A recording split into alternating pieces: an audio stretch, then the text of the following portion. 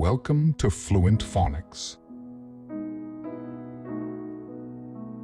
Today, we will learn how to pronounce the word controversialists.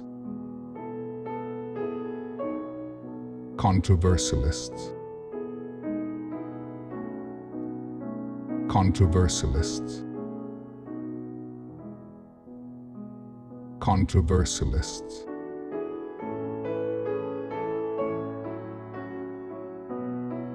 Here's an example of how one might use it in a sentence. The controversialists clashed on the debate stage as they presented their differing opinions on the topic.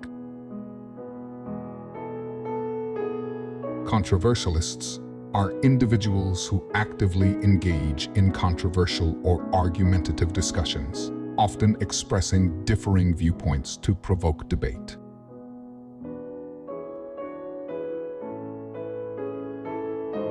Thank you for your time. If you enjoyed this, please like and subscribe for further content.